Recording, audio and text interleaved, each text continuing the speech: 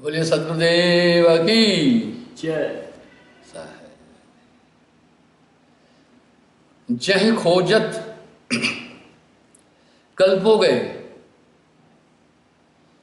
घटय my so मूल। जह खोजत कल्पो गए, घटय माय सो मूल।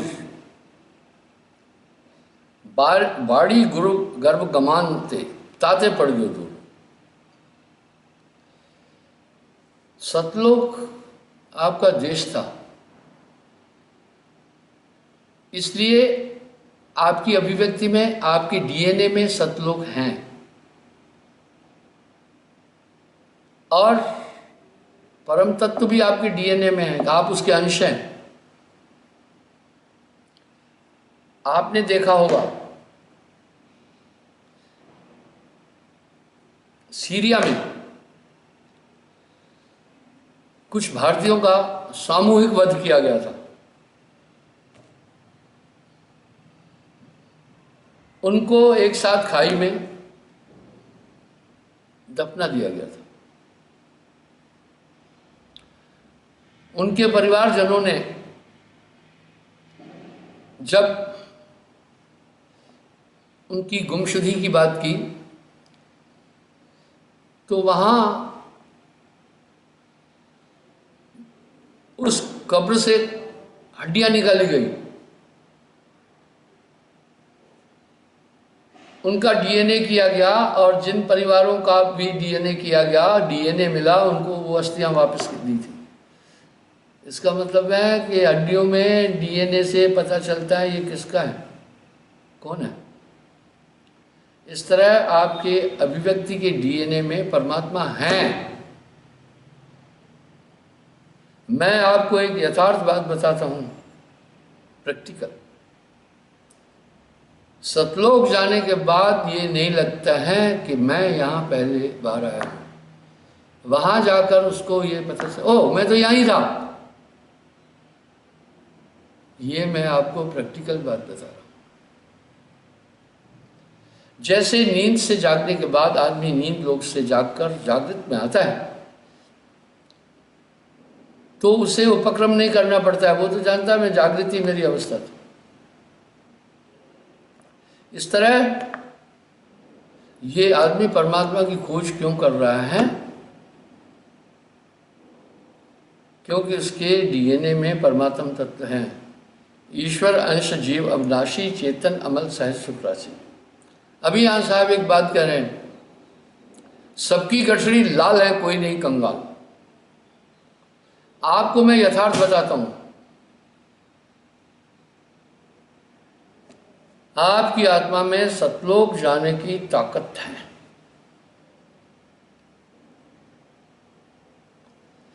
आत्मा के पास सभी संसाधन भरपूर हैं अपने मुकाम तक जाने के लिए। ये इसके डीएनए में है। उदाहरणार्थ, कछुआ, कछुई अंडे नदी के किनारे रेत में देती है। देखो प्रमाण मिल रहा है ना। पानी में नहीं देती है, नहीं तो मछलियां खा जाएगी। और इतनी होशियार हैं, बाहर अगर अंडे दिखेंगे तो पक्षी खा जाएंगे। जमीन खोदती है 5-6 इंच नीचे, 8 इंच चुपके से अपने अंडे रखती है। मोस्टली आप ये डिस्कवरी में भी देख सकते हैं, कछुआ बिरादरी इसी तरह उस नदी के किनारे अपने अंडों को जाकर दबाते हैं। जब वो मैच्योर होकर के बाहर आते हैं अंडों से, तो पता है किधर दौड़ते हैं? ये सीधा दौड़ते हैं समुद्र की तरफ, नदी की तरफ। दूसरी तरफ क्यों नहीं गए? नेचुरल उनके डीएनए में ये चीज है कि हम पानी के ही है। और स्पीड पे जाते हैं। स्पीड में क्यों जाते हैं? कि पक्षी नहीं तो हमें वहां तक पहुंचने से पहले मार डालेंगे, और मार डालते हैं। और वो बहुत स्पीड में भागते हैं। इसका मतलब है सिक्योरिटी मेजर्स भी हमारे डीएनए में है, आनंद भी हमारे डीएनए में है, हमारे अंतःकरण में है, प्रेम भी है, चेतना भी है। तभी साहब कह रहे हैं सबकी गठरी लाल है, कोई नहीं कंगाल। और प्रमाण, साहब एक प्रमाण दे रहे हैं। अनल पक्ष एक पक्षी रहा है, अनल पक्ष सम और न कोई। अनल पक्ष बहुत अनूठा है, वायुमंडल में रहता है, वो जमीन पर कभी नहीं आएगा। जैसे मछली को पानी के बाहर करो मर जाएगी, इस तरह अनल पक्ष अगर इस वातावरण में आ जाएगा नीचे मर जाएगा। वो अधर में रहता है। पहले पक्षियों में सर्वश्रेष्ठ अनल पक्ष था, बाद में उसकी जीन वो कम हो गए, तो हमारा राष्ट्रीय पक्षी फिर हुआ हंस। अब हंस भी बहुत कम नजर आते, फिर हमारा राष्ट्रीय पक्षी हुआ मोर। तो अनल पक्ष क्या है? अधर में रहता है, वायुमंडल से ऊपर रहता है थोड़ा, जहां शुद्ध वायु है। वहां मादा अनल पक्षी अंडा देती है, वो गिरते गिरते मैच्योर होता है। जैसे आप वहां घनत्व पृथ्वी का कम है। मैंने एक उदाहरण पहले भी दिया था, कोचीन में हम नेवल के साथ में एक्सरसाइज कर रहे थे, सन 82-83 की बात है। तो शीप में थे, एक जवान की घड़ी गिर गई समुद्र में। तो वहाँ नाविक था, गोताखोर था। हम लोगों की सेफ्टी के लिए कि कहीं कोई जवान अगर गिर जाए तो उसको हम बचा लेंगे। उसके पास गए, कहा भाई घड़ी गिर गई। उसने कहा कितनी देर हुई है? बोला 15 मिनट हुए। उसने कोई बात नहीं मैं लेके आता हूँ। गोताखोर ने डुबी लगाई, 5 मिनट बाद घड़ी ला करके दे दी। हम सबको आश्चर्य हुआ। वहां समुद्र की गहराई, हिंद महासागर की गहराई और अरब सागर की गहराई काफी है, औसतन 7-8 किलोमीटर। सबसे गहरा पैसिफिक सी है, अटलांटिक है। हम लोगों को आश्चर्य हुआ कि इतना नीचे जाकर आप इतनी जल्दी घड़ी कैसे लाए? बोला पानी के घनत्व के कारण से घड़ी सिर्फ 50-60 मीटर ही नीचे गई थी। पानी का घनत्व है वहां, इसलिए ये घड़ी बोला 2-3 दिन बाद पहुंचना था तल में।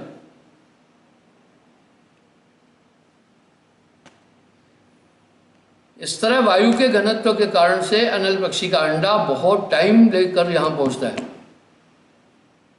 आपने तो टीवी में भी देख रहे हैं, अंतरिक्ष में वो लोग स्पेस में चलते हैं। क्यों? वहां धरती का गुरुत्वाकर्षण नहीं है, इसलिए वो अंडा गिरते गिरते मैच्योर होता है। मार्ग में पुष्ट भय अंडा, साहब उदाहरण दे रहे हैं बड़ा अच्छा। गिरते गिरते अंडा मैच्योर हो जाता है। मार्ग में बेसे नवखंडा, बेचने का बाहर आ गया। पक्षी की आंख काफी दिन बाद खुलती है, कुत्ते की आंख तो 21 दिन बाद खुलती है। आप मानेंगे? मनुष्य के बालक की भी आंख कुछ दिन बाद, 6-7 दिन बाद खुलती है। हम सोचते सोया हुआ है, नहीं, अब वो आंख नहीं खोलना चाहता है। बाहरी दुनिया, उसका ब्रेन मैच्योर नहीं हुआ है। जब भी हम देखेंगे जहमत है देखना, तो हम सोचेंगे क्या आइटम है, कैसा है, हमारा मेमोरी, हमारी सब चीज़ें, हमारी बुद्धि, हमारा चित्त काम करे। उसका नहीं कर रहा, वो आंख बंद करके सुकून अनुभव करता है। इसलिए वो बच्चा भी आंख बहुत दिन बाद खोलता है। इस तरह पक्षी भी, तो वो आंख खोला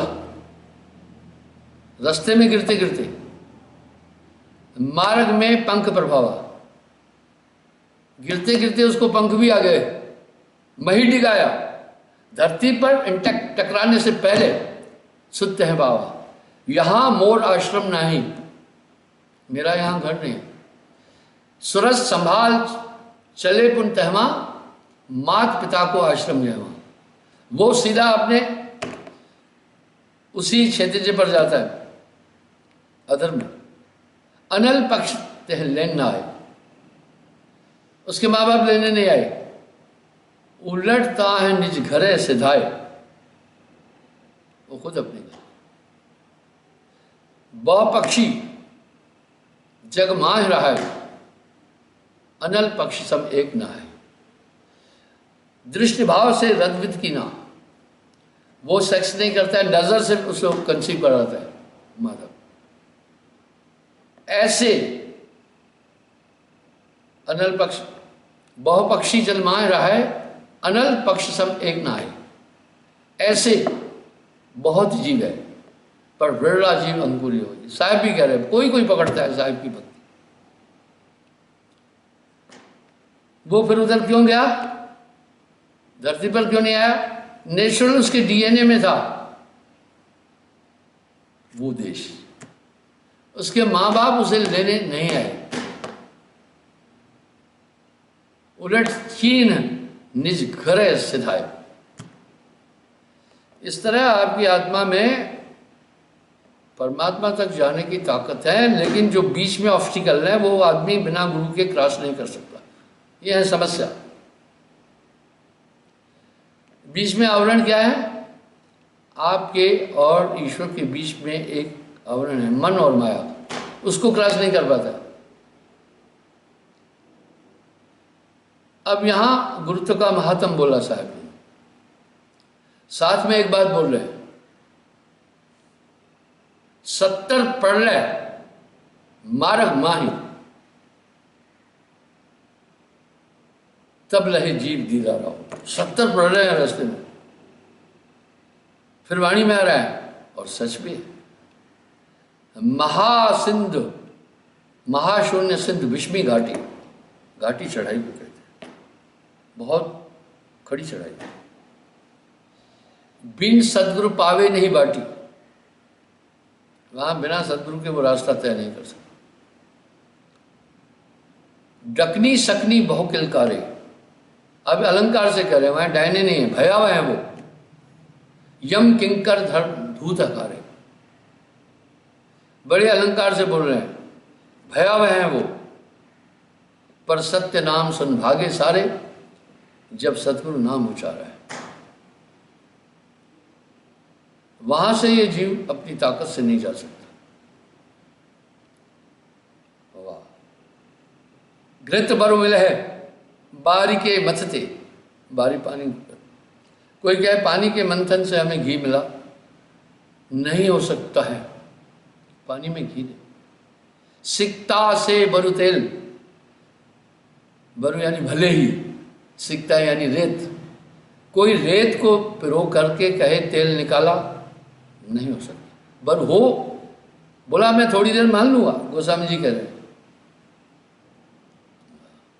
घृत बर मिले बार के बचते, भले ही कोई कहे पानी के मंथन से घी मिला, मैं मान लूंगा। सिकता से बरु तेल, कोई कहे तेल को, रेत को पीसकर तेल निकाला, नहीं हो सकता है, लेकिन बोला मैं मान लूंगा। बिन गुरु भक्ति न भव तरे, यह सिद्धांत अपेल। बोला ये सिद्धांत अपेल है, बिना सदगुरु के बाचे नहीं कोटिन करे हुआ। तो ये बीच में जो एक पर्दा है माया का, वो जीव नहीं क्रॉस कर सकता है बिना सदगुरु के। 70 प्रलय मार्ग माही, यहां एक प्रासंगिकता है गुरु की, वो पूर्ण है। तब लहे जीव दीदारा। यहां साहब पुनः एक चेतावनी दे रहे हैं। कितने तपसी तप कर डारे, काया डारी गारा, ग्रह छोड़ भय सन्यासी, तेऊ न पावत पारा। आपकी विलिंग चाहिए यहां, आपका विश्वास चाहिए यहां।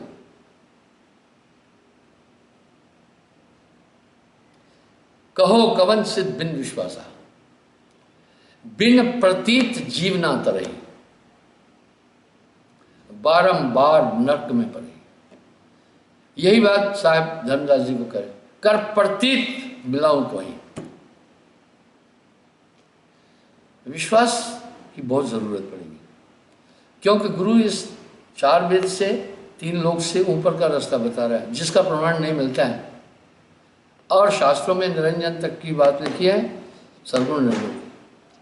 इसलिए प्रतीत करने की बड़ी जरूरत पड़ेगी, आपकी फीलिंग चाहिए। गुरु, शिष्य और ईश्वर मिलकी नाम भक्ति विवेक, तीनों तीरधारा बनी आगे गंगाए। देखिए, पुराना समय था जब आदमी कहीं जाता था किसी के घर तो पूछता जाता था। हाँ, गूगल ने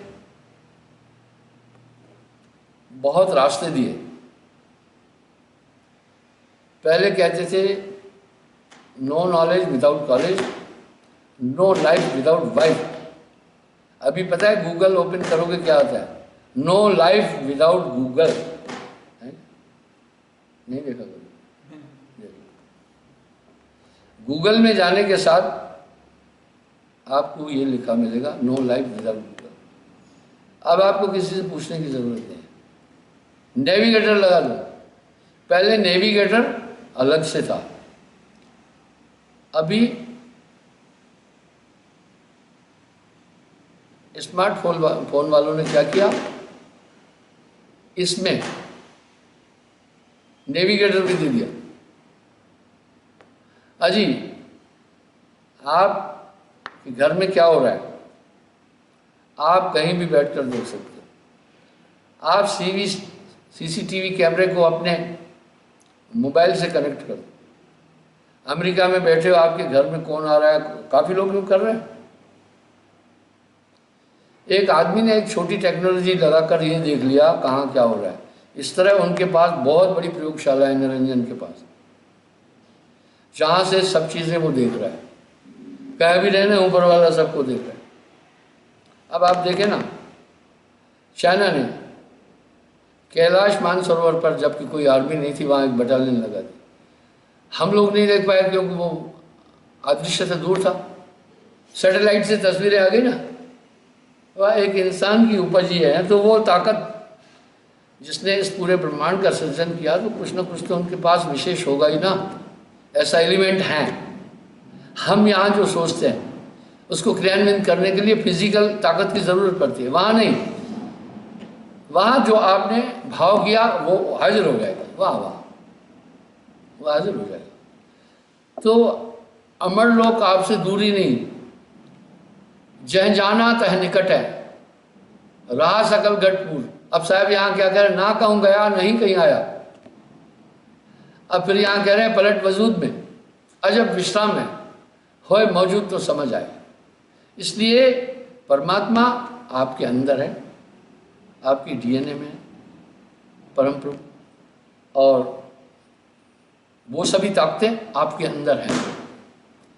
वाह, साहब के शब्दों में बड़ी प्रासंगिकता है। सबकी गठरी लाल है, वाह, कोई नहीं कंगाल।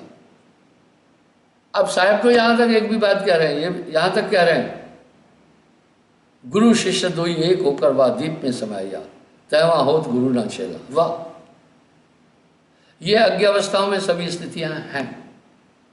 इसलिए जब आपको देखिए, किसी के घर में खजाना है, वो नहीं जानता तो कंगाल नहीं है। घर में धन होकर भी कंगाल है, वाह। लेकिन अगर पता चल जाए, कोई खोज ही बता दे चक्र शोधन करने वाला कि यहाँ धन है, तो धनी हो गया। लेकिन अज्ञान के कारण धन होते हुए भी निर्धन है। इस तरह साहब वाणी में कह रहे, सबकी गठरी लाल है कोई नहीं कंगाल, सबकी गठरी लाल है कोई नहीं कंगाल। एक बात मैं कई बार बोल चुका हूं,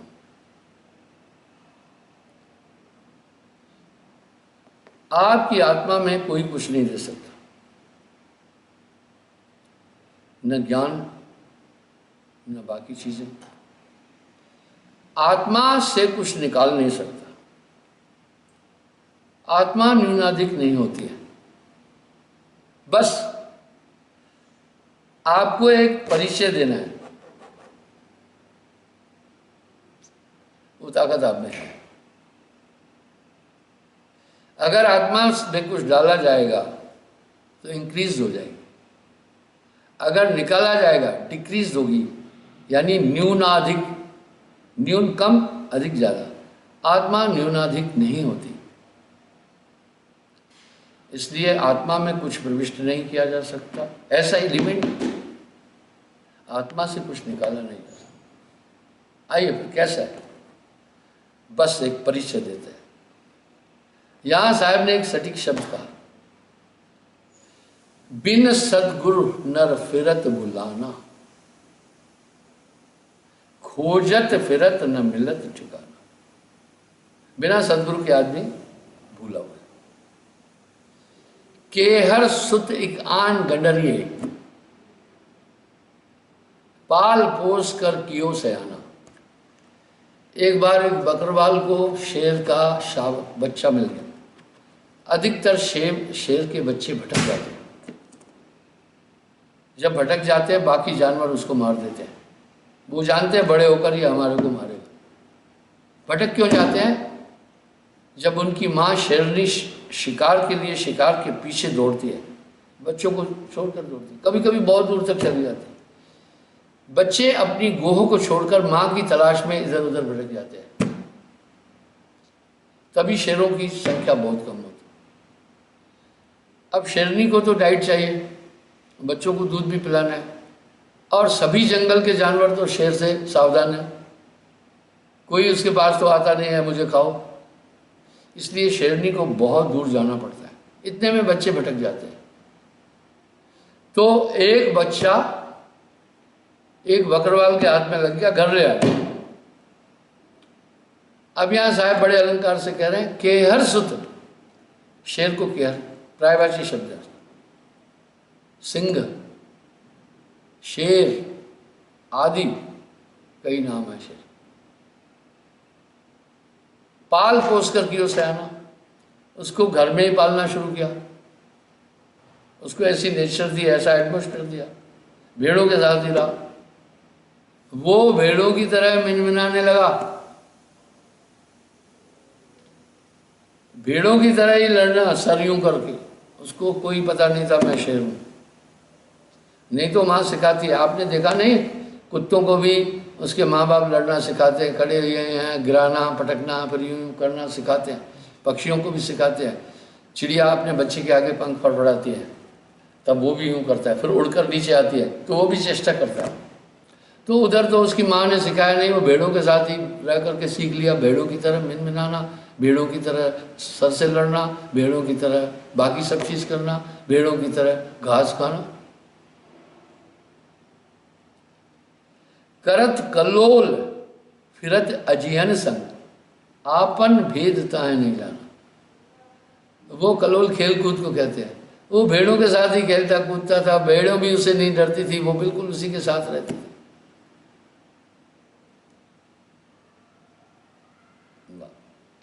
इस तरह अपने आप को वो समझ नहीं पाया, अपने को उसने भेड़ माना।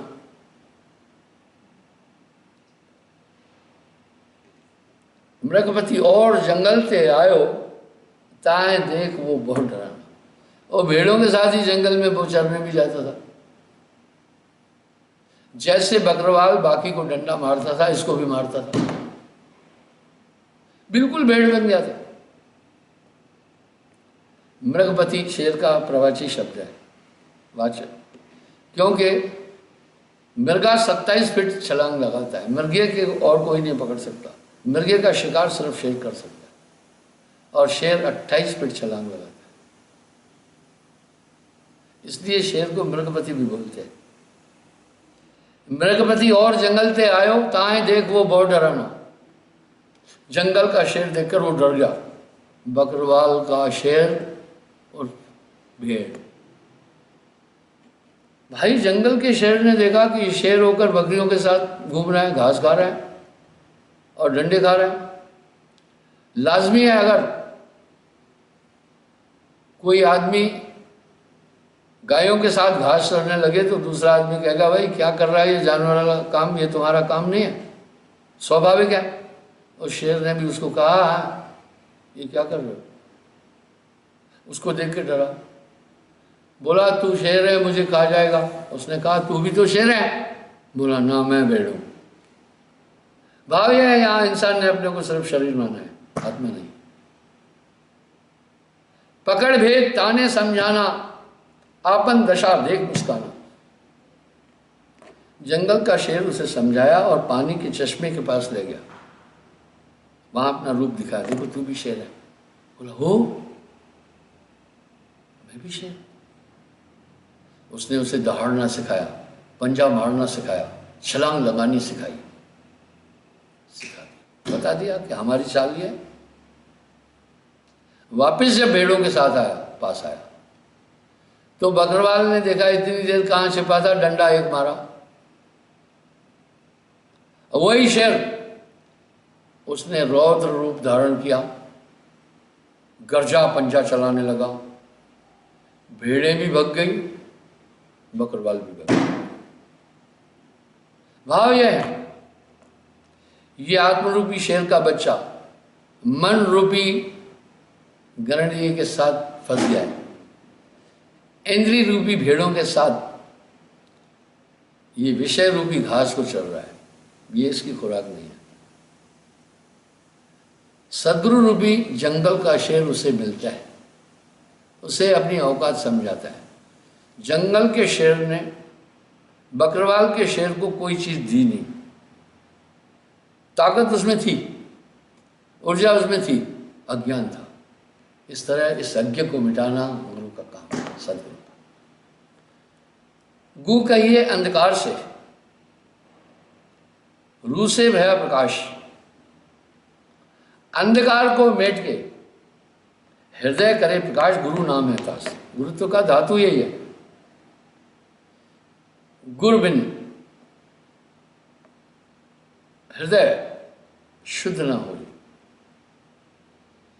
कोटिन भांत करे जो कोई। गुरु के बिना ये अंतःकरण शुद्ध नहीं हो सकता। इसलिए आत्मा में नो इंक्रीज नो डिक्रीज। बस उसने फॉलो किया। इसलिए संतत्व की धारा में कह रहे हैं तुम फॉलो करो एक पूर्ण गुरु को। ये बकरियों वाली चाल छोड़ो। अब यहां विडंबना है, वो शेर का बच्चा चैतन्य हुआ भेड़ों के बीच में। उसने कल्चर ही भेड़ों का देखा, चाल चलन भी भेड़ों की देखी, रहा भी भेड़ों के साथ, भाषा भी भेड़ों की सीखी। इस तरह बालक जब धरती पर जन्म लेके आता है बड़ा निर्मल होता है, पर वो जगत रूपी भेड़ों के बीच में रहकर खेलना है, कूदना है, उसको पुचकारना है, फलाना करना है, चलना सिखाना है, बाकी चीज़ करनी है, और पढ़ाना है, लिखाना है, फिर कहना है जॉब लेना है, फिर उसे कहना है शादी करना है, बाल बच्चे पैदा करना है और मर जाना है। इस देह का कर्तव्य केवल खान है या पान है, यही समझ है मूर्खता, यही महाज्ञान है। यह तन का फल विषय न भाई, भजो नाम सब काज बिहाई। हाँ, कह रहे हैं इस शरीर का लक्ष्य विषय नहीं है। आदमी विषय में फंसा है, आगे सुंदरता चाह रही है, सुंदर स्त्री चाहिए, जीभ अच्छा भोजन चाहती है, वाह अच्छा किचन और वो भोजन मिले, त्वचा कोमलता चाहती है, बेड ऐसा हो बड़ा कोमल सोने के लिए मिले, यही चीज चाह रहा है। ये तो शारीरिक है, भय आहार मैथुन निद्रा संसार के हर जीव में है। कह रहे हैं यह तन का फल विषय न भाई। इस शरीर का लक्ष्य इतना सीमित नहीं है। भजाओ नाम सब काज बिहाई, वाह, नाम सुमरण। क्यों नाम सुमरण करना? ये क्या बैकवर्ड बनाया क्या? कुछ लोग कह रहे हैं ये पुराने ज़माने की बात है, आज इंटरनेट में चलो घूमो फलाना। क्या है यार, तुम कौन सी इंटरनेट देख रहे हो? पूरा वर्ल्ड घूमा मैंने, पूरे विश्व की परिक्रमा की है। ग्लोब के चारों साइड में मैं यूं भी गया हूँ, यूं भी गया हूँ।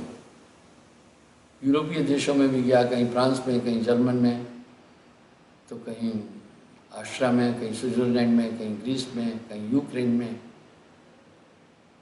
कहीं ब्रिटेन के देशों में, कहीं लंदन में, कहीं लिस्टर में, तो कनाडा आदि अमेरिकन देशों में, लॉस एंजलिस में, सैन फ्रांसिस्को में, यानी मैन चीज़ें दक्षिण एशिया में भी गया। मैं कह रहा हूँ कुछ नहीं रखा है, कहीं आराम नहीं है। बाहर जाने से एक पता चलता है, उसको पता चलता है विश्व क्या है, विश्व बरादरी क्या है, दुनिया के लोग क्या कर रहे हैं, उनका खान पान टाइम और कस्टम कैसे है। बस ये मिल जाता है कि हम समझ जाते हैं कि कैसे लोग रह रहे हैं, बस कुछ नहीं है। जो उत्तम संस्कृति भारत की है विश्व में कहीं भी नहीं है। यहाँ सोशल लाइफ है, जीवन है। इसलिए मैं भाइयों ये कह रहा हूँ, यह तन का फल विषय न भाई, बजाओ नाम सब काज बिहाई। ये सब काम बेकार है, एक ही है सही, नाम सब। कई टूरिस्ट प्लेसों पर गया मैं, एफिल टावर देखा, न्यूयॉर्क टावर देखा, कई चीज़ें देखी, स्विट्जरलैंड के कई स्थान देखे। मैं क्या कह रहा हूँ, जो सुख पाया नाम भजन में सो नहीं लहा मेरी में, सब बुकस बकवास है। बस नैना अभिराम दृश्य मिलते हैं, कहते ये मजा आ गया। क्या मजा आया यार? आपको सच बताता हूँ, मुझे मजा आता है अपनी झोपड़ी में। मैं इससे बाहर नहीं निकलना चाहता हूँ, मजबूरी है मेरी। पब्लिक आती है, शिष्य दिए हैं, माँ बाप बच्चों को जन्म देते हैं तो लाइबिलिटी बनती है उनको एजुकेशन देना, उनको प्रिपेयर करना, उनके विकास करना। अदरवाइज मैं अभी भी अपने कमरे में, अभी थोड़े दिन से ज़्यादा काम है, 18 घंटे अंदर रहता था। आदमी उबेगा। मैं जहाँ गया कहीं घूमने जाता ही नहीं हूँ। मैं इतना जानता हूँ, पलट वजूद में अजब विश्राम है, हो मौजूद तो समझ आए। बाश के भटकते सिद्ध नहीं। साहब ने इतनी यूनिक बातें बोली हैं, जो हम आत्मसात कर लें तो हमें पता चल जाएगा जीवन में क्या है। आत्मानंद से बड़ा कोई आनंद नहीं है। इसलिए सुमरण आपको कंसंट्रेट करता है अपने में रहने के लिए। जब आप अपने में हो जाते हैं, संकल्प नहीं होता है, कल्पना नहीं होती है, चिंतन नहीं होता है, तो एक आनंद, आत्मानंद की अनुभूति आपको मिलती रहेगी। भाइयों, अभी क्यों नहीं मिल रही है?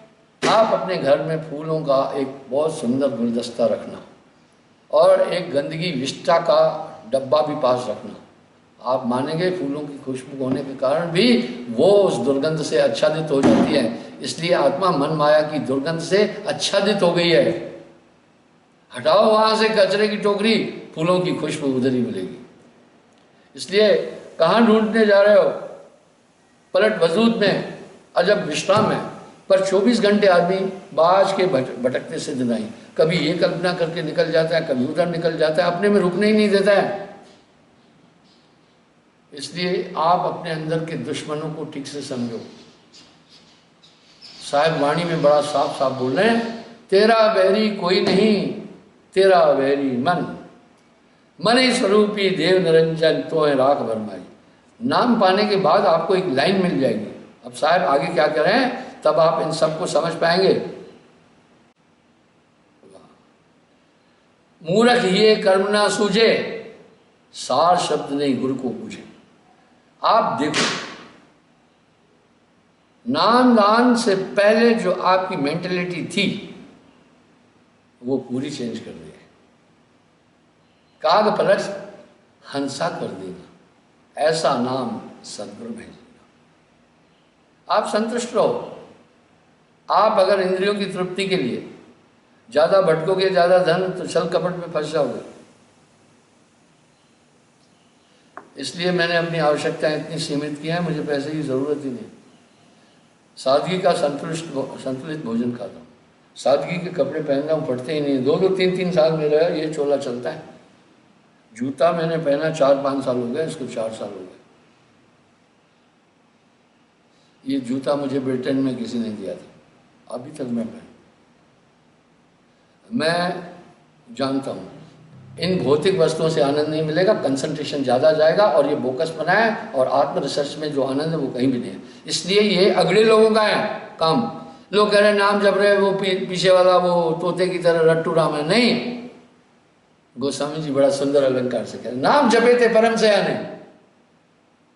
अब यहां साहब कितनी बेहतरीन वाणी में कह रहे हैं, चिंता तो सतनाम की और न चितवे दास।